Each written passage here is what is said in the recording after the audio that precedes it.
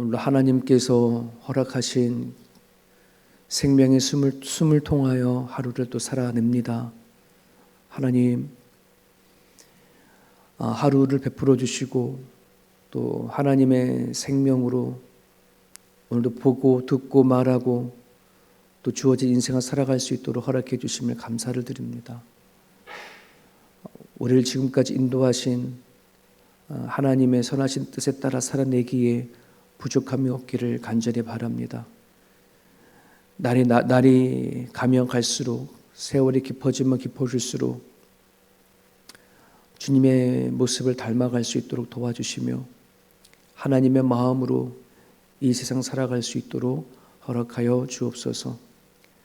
그러면 우리가 살고 있는 이 세상이 어떻게 지어졌는지, 우리가 이 땅에 왜 살아가는지 분명한 의미와 목적을 두고 살아갈 수 있도록 좀 도와주셔서 세상 그 누구의 무엇으로도 판단받지 않게 하시고 오로지 그리스도의 마음으로 사람을 대하게 하시며 이 세상에 어떤 그 시험도 넉넉히 이겨나갈 수 있도록 붙잡아 주시기를 하나님 앞에 기도합니다.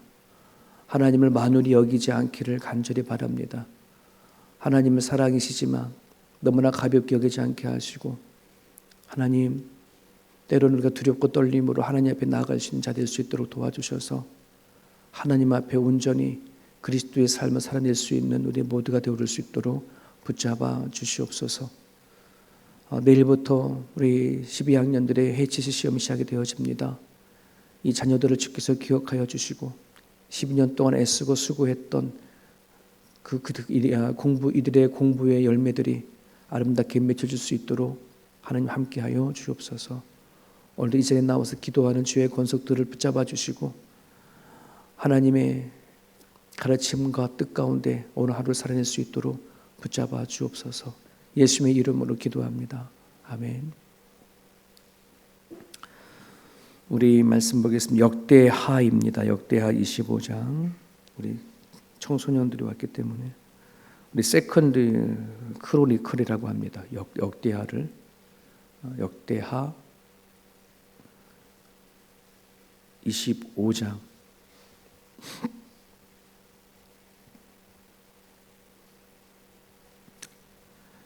14절에서 28절입니다. 14절에서 마지막 절까지 우리 같이 한 목소리 읽습니다. 아마샤가 에돔 사람들을 죽이고 돌아올 때에 세일 자손의 신들을 가져와서 자기의 신으로 세우고 그것들 앞에 경배하며 분향한지라. 그러므로 여호와께서 아마샤에게 진노하사 한 선지자를 그들에게 보내시니 그가 이르되 저 백성의 신들이 그들의 백성을 왕의 손에서 능히 구원하지 못하였거늘 왕은 어찌하여 그 신들에게 구하나이까 하며 선지자가 아직 그에게 말할 때에 왕이 그에게 이르되 우리가 너를 왕의 모사로 삼았느냐 그치라 어찌하여 맞으려 하느냐 하니 선지자가 그치며 이르되 왕이 이 일을 행하고 나의 경고를 듣지 아니하니 하나님이 왕을 멸절하시기로 작정하신 줄 아노라 하였더라. 유다 왕 아마샤가 상해하고 예후의 손자 여호아하스의 아들 이스라엘 왕 요아스에게 사신을 보내어 이르되 오라 서로 대면하자 한지라. 이스라엘 왕 요아스가 유다 왕 아마샤에게 사람을 보내어 이르되 레바논 가시나무가 레바논 백향목에게 정가를 보내어 이르기를 내 딸을 내 아들에게 주어 아내로 삼게 하라 하였더니 레바논 들짐승이 지나가다가 그 가시나무를 짓밟았느니라. 너가 에돔 사람들을 쳤다고 내 마음이 교만하여 자긍하는도다. 내 궁에나 있으리라. 어찌하여 왕을 자초하여 너와 유다가 함께 망하고자 하느냐 하나 아마샤가 듣지 아니하였으니 이는 하나님께로 말미암은 것이라. 그들이 에돔 신들에게 구하였으므로 그 대적의 손에 넘기려 하심이더라. 이스라엘 왕 요아스가 올라와서 유다 왕 아마샤와 더불어 유다의 벳세메스에서 대면하였더니 유다가 이스라엘 앞에서 패하여 각기 장막으로 도망한지라. 이스라엘 왕 요아스가 벳세메스에서 여호아하스의 손자 요아스의 아들 유다 왕 아마샤를 사로잡고 예루살렘에 이르러 예루살렘 성벽을 에브라임 문에서부터 성 모퉁이 문까지 400규빗을 헐고 또 하나님의 전 안에서 오베데돔이 지키는 모든 그 문과 그릇과 왕궁의 재물을 빼앗고 또 사람들을 볼모로 잡아가지고 사마리아로 돌아갔더라. 이스라엘 왕 요아스의 아들 요아스가 죽은 후에도 유다 왕 요아스의 아들 아마샤가 15년간 생존하였더라. 아마샤의 이후에 처음부터 끝까지의 행적은 유다와 이스라엘 열왕기에 기록되지 아니하였느냐. 아마샤가 돌아서서 여호와를 버린 후에로부터 예루살렘에서 무리가 그를 반역하였으므로 그가 라기스로 도망하였더니 반역한 무리가 사람을 라기스로 따라 보내어 그를 거기서 죽이게 하고 그의 시체를 말에 실어다가 그의 조상들과 함께 유다 성읍에 장사하였더라. 아멘.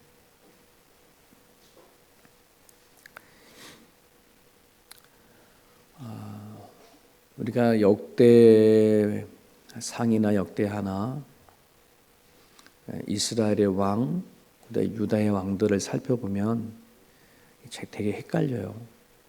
우리나라 왕들도 제대로 알지 못하는데 남의 왕들의 일 이게 열거되어지 보면 그 사람이 갖고 막 헷갈립니다. 이 아마샤 남쪽의 왕 아마샤의 왕의 이야기인데 이 아마샤 왕 남쪽의 아마샤가 왕일 때에 북쪽의 북이스라엘의 왕은 요아스였어요. 근데 우리가 알다시피 이 남쪽의 아마샤의 아버지가 요아스거든. 그러니까 이름이 같아요. 그러니까 이게 아마샤의 아버지가 요아스고 또 아마샤가 왕이 되어서 그 당시에 북쪽의 왕 이름도 요아스. 그러니까 이게 성경 읽다가 이 요아스가 누구 요아스인지를 헷갈릴 때가 참 많아요. 근데 중요한 것은 우리의 이 왕의 이스라엘의 왕의 어떤 누구냐 이런 것도 중요할 뭐 알고 같이 나가면 좋지만 이 이야기를 이 왕들을 통해서 무슨 얘기를 하려 하느냐라고 하는 것을 아는 게 너무 중요합니다. 우리가 알다시피 그 아마샤의 아버지 요아스는 이 요아스가 왕이 될 때에 어떤 사건이 있었던 게 너무 잘 알죠. 그러니까 요아스의 할머니 아달랴가 자기 남편이 할아버지가 죽으면서 구테타를 일으켰어요. 그래서 이 아달랴가 남쪽의 그 다윗의 왕조, 즉 다윗의 자녀들의 쭉 이렇게 아들들이 왕이 쭉 돼야 되는데 다윗의 왕조를 끊어버리기 위해서 아달랴가 자신의 아들이든 손자든 다 죽여버렸잖아요. 누구만 살아남았냐면 이 손자 요아스가 자기의 고모의 손에 의해서 간신히 숨겨서 살아남았잖아요. 갓 태어난 핏덩어리였거든요. 그래서 이 요아스를 거의 7년 동안 숨기고 있다가 남쪽의 그 제사장인 여호야다가 요아스가 이제 8살쯤 되었을 때에 다윗의 왕조가 살아있다. 다 멸절된 게 아니라 살아있다라고 발표를 하면서 요아스를 왕으로 세운 거죠. 그러니까는 이 요아스가 왕이 될 때에 8살인 거예요. 이 8살이 무슨 나라를 세워가겠어? 안 그래요? 그러면 겉의 모양은 요아스가 왕이지만 그 뒤에 누가 있을까요? 여호야다, 제사장 여호야다가 있는 거예요. 그리고 너무 감사한 거는 거룩한 제사장인 여호야다가 여호수아의 뒤편에서 정치적인 것을 봐주는 거죠. 그래서 이렇게 해라 저렇게 해라. 그래서 여호아스의 시대 때에 성전 수리도 하고 종교 계획도 하고 했던 그 모든 거가 요아스의 머리에서 나온 게 아니라 이 여호야다에서 나온 거잖아요. 그러니 이제 이 8살의 왕이 되어진 요아스가 나이가 먹어가면 갈수록 조금 막 이렇게 흔들리기 시작하는 거겠죠. 내가 지금 왕이긴 왕인데 껍데기 왕이구나 이런 식으로 생각을 하고, 그리고 하나님을 믿기는 믿지만은 이게 자기의 하나님이 아니라 제사장 여호야다의 하나님으로만 이렇게 느껴지니 요아스가 왕으로 이렇게 자꾸 나이가 먹어 성장하면서 흔들리는 거예요. 그러다가 이제 여호야다 제사장이 죽은 다음에 이제 요아스의 본 자기 모습이 드러나는 거예요. 나는 이젠 껍데기 왕이 되고 싶지 않아. 진짜 내가 왕이 되고 싶어. 이런 거예요. 여호야다의 하나님일지 모르지만 이제는 그 하나님도 내가 원하는 하나님 찾아갈 거야. 이제 이렇게 얘기가 되어진 거죠. 그래서 요아스가 여호야다가 죽은 다음엔 귀족들의 말을 들어요. 여호야다의 말이 아니라 나라를 나름대로 자기 나라로 세워가기 위해서 귀족들의 말을 들으니 이제 하나님의 뜻보다는 정치와 경제, 귀족들이 말하는 그 방향대로 막 흘러가죠. 그러다 보니 바알도 숭배하게 되어지고 막 이렇게 가거든요. 심지어는 그 제사장의 아들 여호야다의 아들 스가랴가 있는데, 스가랴가 이 요시야 왕한테 와가지고 얘기하는 거예요. 뭐라고 얘기하냐 그러면 요아스한테 와서 뭐라 그러냐 그러면 당신의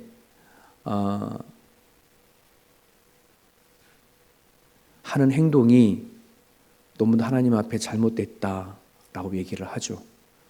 돌이키라. 그런데 뭐냐면 이 요아스가 그 스가랴마저도 죽여버려요.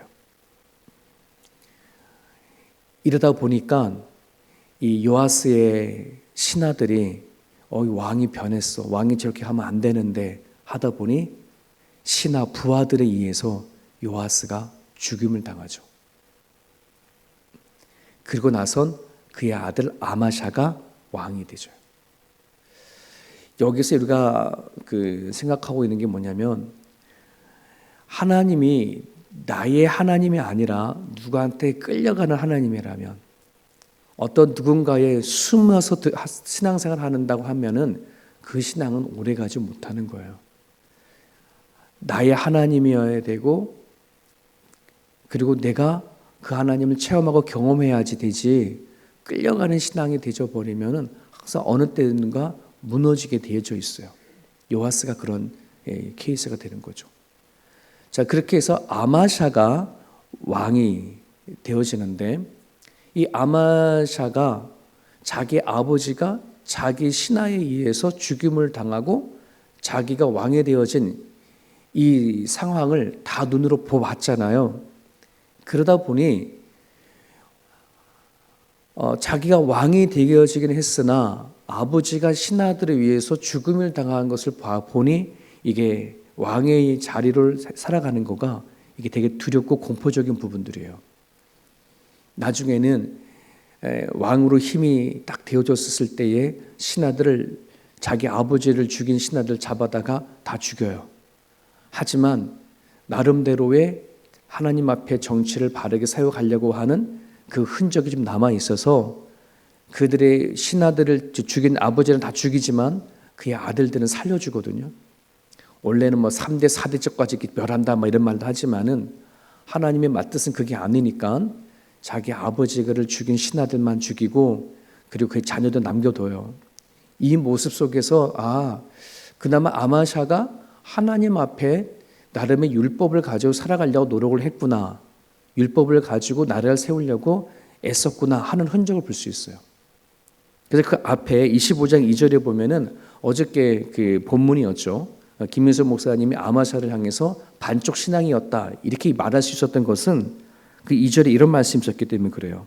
아마샤가 여호와께서 보시기에 정직하게 행하기는 하였으나 온전한 마음으로 행하지 않았다. 겉으로는 하나님이 보시기에는 정직하게 행한 것처럼 보이지만 마음으로는 그러지 않은 거예요. 이게 성경에 보면 경건의 모양은 있으나 경건의 능력이 없는 그러한 사람이 아마샤거든. 자, 근데 이 아마샤가 처음에 이제 왕이 되어져서 나라를 세워갈 때는 나름대로의 하나님의 말씀으로 정의롭게 세워가려고 했지만 이제 완전히 하나님 앞에 돌아서는 계기가 있어요.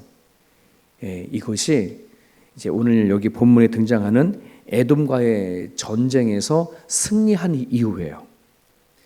마음으로 하나님을 온전히 믿지 않으니 에돔이라고 하는 이 가장 원수 같은 나라와 싸워서 전쟁에 승리를 해버리니 이때에 하나님 앞에 영광을 돌려야 할 그 자리에 자신의 교만함이 나오는 거예요.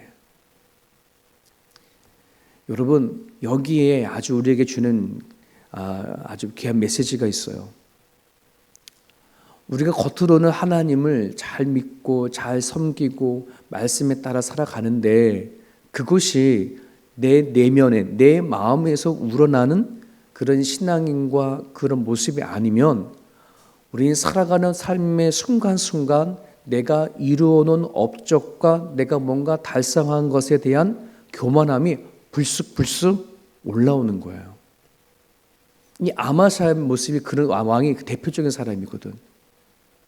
하나님의 모습대로 살긴 살아왔지만 그가 에돔과의 전쟁에 승리했을 때에 하나님 앞에 영광을 돌리는 것이 아니라 자기가 승리한 것처럼 자기가 뭔가 이루은 것처럼 자기를 높이는 그 상황이 가버리는 거예요.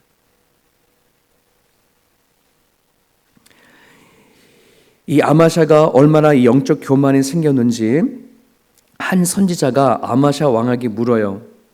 왕이요, 왕이 에돔과 싸워서 승리했는데 그 에돔이 당신의 손에 의해서 패배를 했는데 어떻게 패배한 그 에돔의 신을 가지고 와서 섬기나이까? 이렇게 물어봐요. 그러니까 나름대로의 이 아마샤는 하나님을 믿긴 믿었지만은 에돔에서 승리한 이후로 그 에돔에 믿던 신을 가지고 와서 자기가 도리어 하나님을 믿는 게 아니라 에돔의 신을 섬기려고 했던 거거든. 이렇게 말한 선지자에 대해서 오늘 아마샤가 뭐라 얘기하냐면 네가 나라를 경영하는 자냐? 내가 에돔의 신을 섬기는 거는 나름대로 내 뜻이 있고 정치적인 방향이 있어 하는 것이지 네가 뭘 안다고 나한테 대드느냐? 너가 나라를 경영하는 왕이냐? 너 죽고 싶지 않으면 입 다물라 이런 말을 해요. 네. 그때 선지자가 아마샤 왕의 마음이 돌아섰구나. 하나님께서 아마샤를 멸망시키려고 하나님이 저렇게 이끄는 거구나 라고 말을 해버리는 거죠. 여기에서 아마샤가 하나 더 나아갑니다. 에돔에서 승리하다 보니 이제는 북이스라엘을 쳐서 자기가 나름대로의 이스라엘을 다 삼키려고 하는 그런 야망이 생기는 거예요. 왜 같은 한 나라인데 북이스라엘과 남유다가 나눠져 있냐? 내가 이 나라를 통합시킬 거다. 그래서 북이스라엘에게 싸움을 걸어오죠. 시비를 걸어요. 야, 우리 싸움하자. 대면하자. 북이스라엘의 왕 요아스가 너가 정말 교만하구나. 에돔을 이겼다고 너가 아주 교만해져 가지고 너 스스로 자긍하는구나. 이제 이렇게 말을 하죠. 그리고 나서는 싸움을 하게 됩니다. 근데 그 싸움이 우리가 너무나 잘 알다시피 북이스라엘에 의해서 아마샤가 패배를 하게 되고 결국은 그 전쟁을 통해서 아마샤가 죽음을 당하는 얘기가 오늘 본문의 이야기입니다. 여러분, 아마샤가 전쟁에서 패한 이유는 하나님의 말씀을 몰라서도 아니고 이는 영적인 교만함이 그들에게 다가 들어간 거거든요. 하나님을 모르느냐 아느냐 이것도 중요한 부분들이지만 더 나아가서는 하나님을 안다라고 하더라도 그 하나님의 알미 내 안에서 진정하게 고백되어지지 아니하면은 그거는 언제 어느 순간에 영적 교만에 파고 들어와서 내 인생을 무너뜨릴 수 있는지, 충분히 무너뜨릴 수 있다는 거예요. 하나님을 안다고 했을 때 그 안다고 한다는 것은 나를 내려놔야 되는 거고, 나를 낮춰야 되는 거고, 정말 내가 하나님 때문에 죽고 하나님 안에 살아가는 그 삶이 우리 가운데 반드시 일어나야 하는 것입니다. 하나님의 말씀을 아는 것보다 더 중요한 것은 하나님의 말씀이 나에게 능력으로 나타나는 것이 더 중요합니다. 하나님의 말씀을 통해서 나의 욕심을 내려놔야 되고, 내 교만함이 꺾어져야 되고, 나의 정욕이 이겨져야, 그래야 하나님이 내가 진심으로 믿는 거예요. 그렇지 아니하게 되어버리면 경관의 모양은 있으나 능력이 없는 삶을 살아가다 보면 얼마든지 내가 하나님을 믿지만 결국 나를 드러내어지는 인생으로 바뀔 수가 있습니다. 요아스의 믿음은 자신이 하나님이 아니라 남의 하나님이었기 때문에 문제였다면, 아마샤의 신앙은 하나님의 말씀이 자신의 능력으로 와 닿지 않은 것이, 그것이 문제였던 겁니다. 목회하면서 성도들을 대하고 이렇게 이끌어가다 보면은 이 두 가지 신앙이 다 있는 것을 볼 수가 있습니다. 자기의 하나님은 아니라도 내 부모의 하나님이 있어 끌려다니는 그런 자녀들도 있고, 남편과 아내의 신앙에 의해서 끌려다니는 자가 있어요. 나의 하나님은 아니고 그들의 하나님인데 가정의 평화를 위해서 다녀주는 그런 사람들도 있고요. 그리고 하나님은 알지만, 하나님 말씀은 많이 들어왔지만 그 말씀이 나한테는 전혀 영향을 끼치지 못한 채 내가 그렇게 살아가는 신앙인들도 참으로 많이 있습니다. 여러분, 오늘 20절에 보게 되어버리면 아마샤의 이 신앙과 이 태도에 대해서 성경을 뭐라고 얘기하고 있냐면 이렇게 얘기하고 있습니다. 아마샤가 듣지 아니하였으니 이는 하나님께로 말미암은 것이다. 아마샤가 하나님의 말씀을 듣지 않고 자기가 교만해서 간 것이 여호와께로부터 말미암았다라고 하는 이 메시지가 하나님 때문에 그런 거야처럼 들릴 수 있을 거예요. 근데 이 얘기는 그런 의미가 아니라 아마샤가 그렇게 영적으로 교만해져 가는 것을 하나님이 내버려 두셨다. 그냥 네가 고집대로 살아가는 것을 내버려 둔 얘기를 여호와께서부터 나왔다, 이렇게 표현을 하는 거예요. 출애굽기를 보게 되져 버리면 이스라엘 백성들이 애굽에서 나올 때에 애굽의 바로 왕의 마음이 완악해진 것을 하나님께서 그렇게 하셨다는 표현이 있거든요. 이것은 하나님이 그의 완악함을 그대로 내버려 뒀다, 이런 말입니다. 하나님이 우리가 갖고 있는 교만함을 그대로 내버려 두면 어떤 일이 생기냐 그러면 하나님의 말씀이 들려도 들려지지가 않아요. 그리고 하나님 앞에 나아가지도 않아요. 지금 내가 교만한가, 또 하나님 삶 가운데 하나님이 내 삶 가운데 개입하지 않는가를 무엇으로 알 수 있냐 그러면 하나님 말씀이 내가 지금 들려지냐 들려지지 않느냐로 구분하는 거예요. 그리고 내가 하나님 앞에 나아가려고 하는 마음이 있냐 없냐를 가지고 내가 지금 교만한가, 아니면 하나님이 내한테 개입하고 있지 않는가, 이걸 알 수 있어요. 만약 지금 내가 어떤 자리에 있든 하나님의 말씀이 들리고 그리고 하나님 앞에 나아가고자 하는 그 마음이 내 가운데 있다고 한다면, 내 환경과 상황이 내 뜻대로 되어지지 않는다고 하더라도 염려하거나 근심하지 마십시오. 반드시 하나님 때에 이루십니다. 반대로 내가 지금 하나님의, 아무리 내 환경이 상황이 잘 풀려간다 하더라도 하나님의 소리가 들리지 않는다면, 내 마음에 하나님의 말씀이 하나라도 떨어지지 않는다면, 하나님 앞에 나아가고자 하는 마음이 닫혀져 있다면 그건 하나님이 개입하지 않는 겁니다. 내버려 두는 것입니다. 그건 위기예요. 그런 상황은 대개 내가 완악함에 대한 증거이기도 합니다. 그럴 때는 하나님 앞에 정말 납작 엎드려야 되어집니다. 내가 영적 교만에 빠져 있는 것을 스스로 깨닫고, 하나님, 내가 다시 주의 소리가 들리기 원합니다. 내가 하나님, 내 삶 가운데 개입해 주십시오라고 하는 그 기도가 있어야 줄 압니다. 생물학 학자들이요 이런 말을 합니다. 이 세상엔 식물은 잡초가 없다는 겁니다. 어디에서 자라느냐에 따라서 잡초인 것이지 이 땅의 모든 식물들은 다 잡초가 없고 다 필요한 거랍니다. 잔디밭에 밀밭이 있으면 밀이 잡초라는 거고 밀밭에 잔디가 있으면 잔디는 잡초인 거죠. 어느 자리에서 자라나느냐가 되게 중요한 겁니다.